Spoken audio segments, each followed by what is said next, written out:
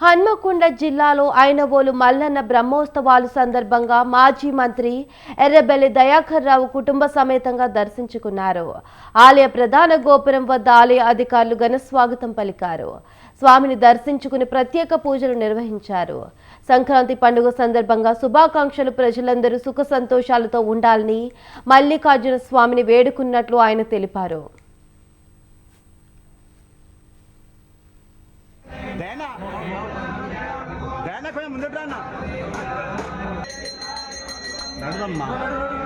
రాని బాబు కొంచెం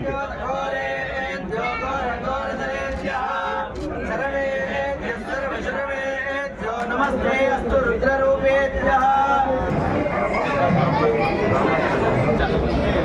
అన్నా నేను కెమెరా పైకి లేపుతాను అన్న సంజీవన్న మల్లికార్జున స్వామి అహం హరిష్యే